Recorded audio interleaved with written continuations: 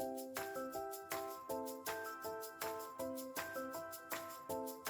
guys! Thanks for joining us for our Friday videos. So for today's video, if you have some cereal that is stale or your kids don't like, we've got an answer for you. Today we are making edible sand. So cool! So for this particular activity, you're going to need some cereal and a blender or a food processor. Doesn't matter what size, you can do it in different batches. And then you're going to need a tub, tin, cookie sheet, something to hold the sand, and then any kind of toys that you want, depending on the age of your kid and what you want them to play with. So let's get started and show you guys how to make it.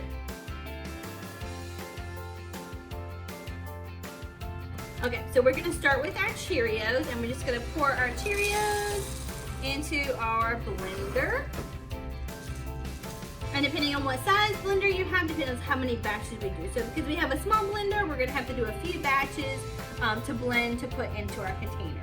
So as you can see, we've blended our Cheerios to a nice fine powdery consistency. And it doesn't make a whole lot for just one batch. So we're gonna have to definitely make more batches. So we're gonna go ahead and pour it in here. And then any individual Cheerios that you find haven't been powdered up and blended well, you can go ahead and pick out and add back to our blender so we can make sure it all gets crushed fine. So if you don't have a blender, you can also use a plastic baggie and put all your Cheerios inside, close it up really good, and use a heavy object to crush the Cheerios, like a rolling pin, a mallet, the end of a juice bottle or something like that, to help kind of crush them on the counter until they become a powdery consistency. So we're gonna go ahead and add some more and continue to fill our tub with the Cheerios.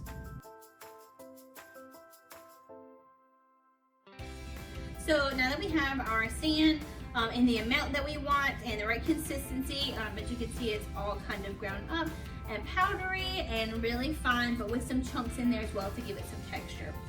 So we're going to show you guys some really cool sensory literacy and kind of math ideas that you can do with this sand. So you can always have your trucks and cars and typical sand type playthings to play in the sand. It's not as moldable as regular sand because it is super dry, but you can still definitely make shapes and stars inside of it and kind of use it as a play item. And then you can always use letters and use this literacy activity and bury your letters and have your kids, especially older ones, try to find the letter. If you say, find me the letter I, then you can bury it and have them look and find the letter I. And you can have multiple letters in there at the same time. You can also use number counters like we have here, where you can hide the numbers in there, and then you can also have the numbers outside of the bin so that they can have a chance to find, say, the number 3, and then they have to dig for and find the other number 3. So if you don't happen to have any number counters or letters at home, don't worry, because jug caps, milk caps, these will do the same thing.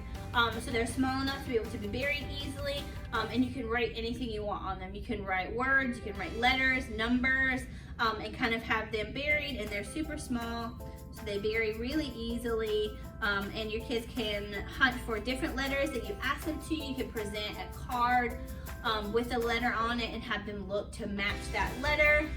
Older kids can even spell small words when you give them a different letter to look for, and then see how many words they can come up with the letters that they pull. If you are in need of caps, the partnership, we have plenty of them.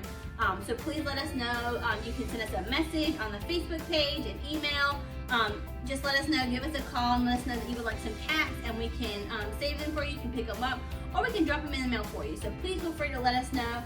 We would love to be able to help you out with these. So I really hope you guys enjoyed our Cheerio sand activity.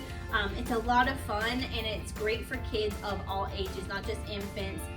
Your kids will really enjoy being able to feel the texture and playing with the Cheerios. as well as the fact that it's edible. You don't have to worry about anything being non-toxic.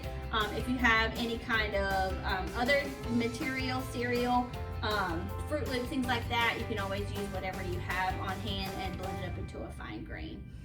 As always, make sure that when you are working with sensory play, make sure that you're monitoring your kids and giving them supervision, especially with toys. We don't want anything to be a choking hazard when you're playing.